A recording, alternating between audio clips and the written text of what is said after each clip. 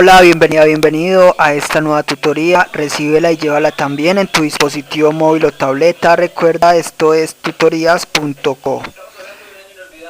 Comillas. Enseñar a otro es una buena acción. Las buenas acciones hablan más alto que las palabras de los gritos impotentes de las malas acciones. Comillas. Como se observa en la figura, el ejercicio planteado consiste en crear un programa que permita llenar las filas pares de una matriz con valores múltiplos de 3 y las filas impares con valores pares. Se plantea la solución en un programa de 45 líneas. En la línea 5 se importa la librería foundation.h. También se pueden importar librerías de C++ y de C. Veamos la función ejecutar, línea 18 a 36. Esta función entonces da solución al problema. Observe entonces, vamos a llenar una matriz llamada A de orden 6×6. Entonces la recorremos usando dos ciclos, línea 20 a 30. En estos dos ciclos se hace un recorrido por filas, entonces es muy sencillo. Para saber si la fila es par, usamos una condicional. Si módulo 2 es 0 es porque la fila es par. Recuerde que el primer ciclo recorre las filas. El operador módulo o porcentaje lo que haya es el residuo de la división entre dos números. Recuerde que los números son múltiplos y el residuo es 0. Si un número es múltiplo de 2 es porque es par. Entonces si estamos en una fila par, a la matizada en la fila y columna J le asigna una variable llamada M3. Esta variable M3 va a ir tomando consecutivamente múltiplos de 3. Ahora si no es porque es una fila impar, y en ese caso a la matriz A en la fila y columna J le asignamos la variable M par, que va a ir tomando consecutivamente valores múltiplos de 2, o sea múltiplos pares. Entonces es muy sencillo, simplemente dos variables, una que se llama M3 que haya los múltiplos de 3, otra M par, múltiplos de 2, y se llevan a las filas según sea par o impar. Y por último se muestra esta matriz, línea 31 a 35. Le invitamos a visitar la tutoría filas múltiplos de 3 y 2 en Turbo C. Allí se explica más detalladamente este programa.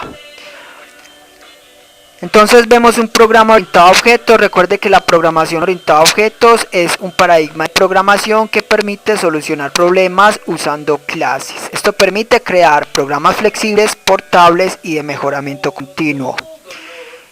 Para programar orientado a objetos vamos a usar dos bloques de código principales en Objective-C, que son la interfaz y la implementación. La interfaz va entre las líneas 7 a 9, entre las directivas @interface y @end. Aquí damos nombre a la clase como filas múltiplos de 3 y 2, luego dos puntos, luego hacemos referencia a la clase principal en ese object. Aquí declararemos los atributos de esta clase. Entonces, de tipo entero, vamos a declarar los atributos I, J, el array o la matriz A, y las variables M3 y Mpar. Ya vemos que estas variables las usamos en la función ejecutar. O sea que las variables globales de instancia o atributos se pueden acceder desde cualquier método de la implementación. Ya depende del programador saber si una variable la declara como local de una función o la deja como atributo para ser accedida desde cualquier método. Una vez definidos los atributos, vamos a declarar las funciones. En la línea 8, para declarar una función, primero se indica el nivel de la función. Con menos indicamos que se va a declarar un método de instancia. Luego el tipo de dato que retorna, void para retornos vacíos. Luego el nombre de la función, en este caso ejecutar. Por último irán los parámetros. Esta función no recibe ningún parámetro, entonces los parámetros serían separados con dos puntos. Cada parámetro se compone de tipos de dato y nombre de variable. Ya entonces queda lista la interfaz. Vamos a ver la implementación, línea 11 a 17. En la implementación ya sabemos que se programa la lógica de cada función. Internamente el compilador importa la interfaz para saber que una función que se vaya a programar previamente haya sido declarada. Línea 12 a 16, en la implementación vemos un método especial, este es el init, este es el constructor por defecto de cualquier clase. Este método no es necesario declararlo a menos que se sobrescriba, es decir, que reciba parámetros de entrada. Este método se encarga de inicializar las variables de instancia. Entonces, este método vemos en la línea 14 que las variables m3 y mpar se inicializan en 3 y 2. Las otras variables se inicializan en el mismo ciclo o en la misma función ejecutar, no es necesario inicializarlas en el constructor. Entonces el constructor se invoca cuando se instancian objetos de la clase filas múltiplos de 3 y 2. En la línea 41 vemos que se invoca esta función. Ya vimos la función ejecutar y con esto queda lista la implementación y la interfaz, o sea la clase filas múltiplos de 3 y 2.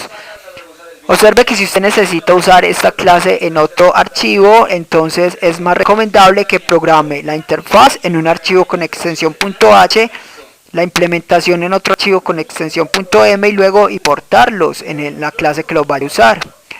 Con esto se evita copiar y pegar todo este código.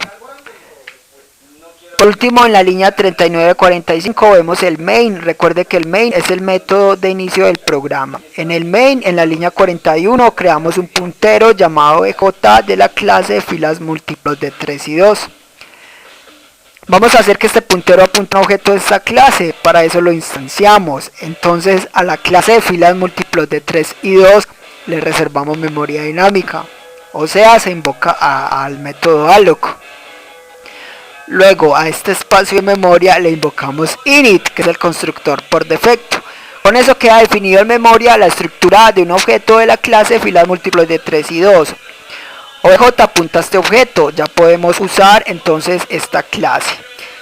Para efecto simplemente será invocar la función ejecutar que soluciona el problema. Entonces en la línea 42 observe que nombramos el puntero OBJ y invocamos la función ejecutar, no se envía ningún parámetro. Con eso el compilador va de la línea 42 a la línea 18 y soluciona el problema.